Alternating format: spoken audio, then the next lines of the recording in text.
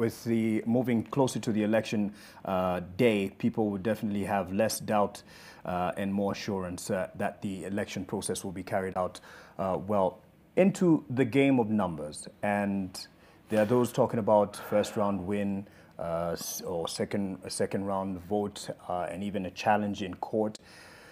There is the little factor of the Wajackoyah aspect.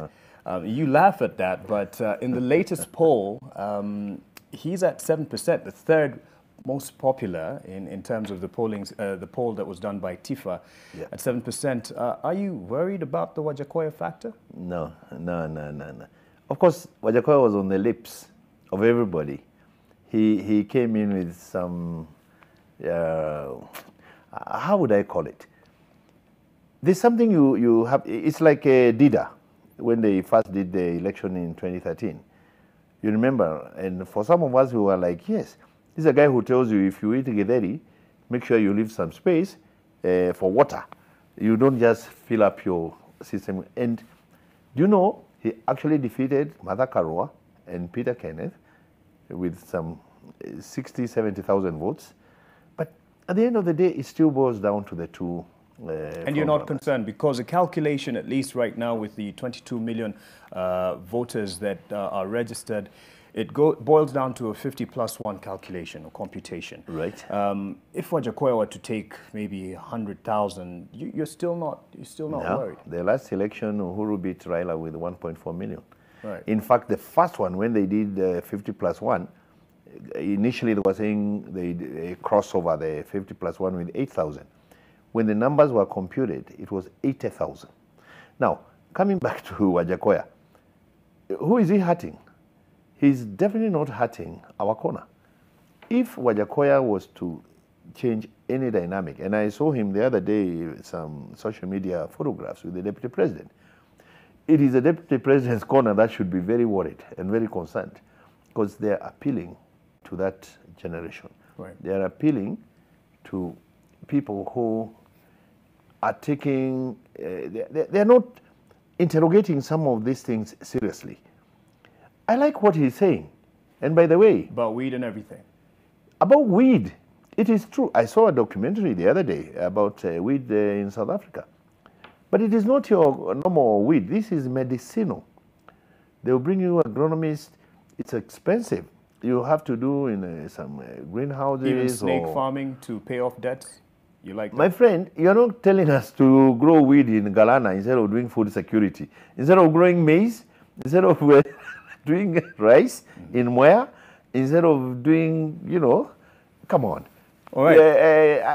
I like in theory, and by the way, most of the countries around us have done it. Uganda has allowed it, Rwanda has allowed it, South Africa, Zimbabwe, Zambia. It's making money. So and, why not for Kenya? That's what you're saying. No. We are even asking Right. our candidate to consider in the next dispensation for medicinal purposes because the numbers Wajackoyah is giving are making sense. All right. Okay. Let's look at the Martha Karua factor. Right. And especially how it has played out in the Mount Kenya region. Did that play to your favor, and by how much in terms of the ground that you've managed to cover within the campaign period? Yeah, I think the mother effect goes beyond Mount Kenya. I think, and again, the president said it on Madaraka Day, we are making strides in empowering women. We have, for the first time, our female Chief Justice. We have the Chief Registrar. We have the Controller of Budget. And if Kenyans agree, we'll have for the first time our first Deputy President who is a female. So it's not just about the numbers that we were looking at as a Jubilee. But it is about the game, country. Let's be honest. Of course, it's a numbers game. When I look at the landscape in Mount Kenya, I may not have been a very big fan of Martha Karua, all right? But he's the only one who was able to energize the mountain, to excite the mountain, and not just the mountain. Kenyans are like, they need like a suluhu. a solution. In the unlikely event the president is not there, who can you trust to carry on with the programs? Like Raila is now assuring us he will continue with the programs of Uhuru Kenyatta. The other guys are actually having their cake and eating it, right, taking credit for what is good for Uhuru and trashing everything else that is going wrong. People who have been in this government, I told you, for the last 30 years, both Musalia and William Ruto have been part of this government at the highest echelons of government for the last 30 years.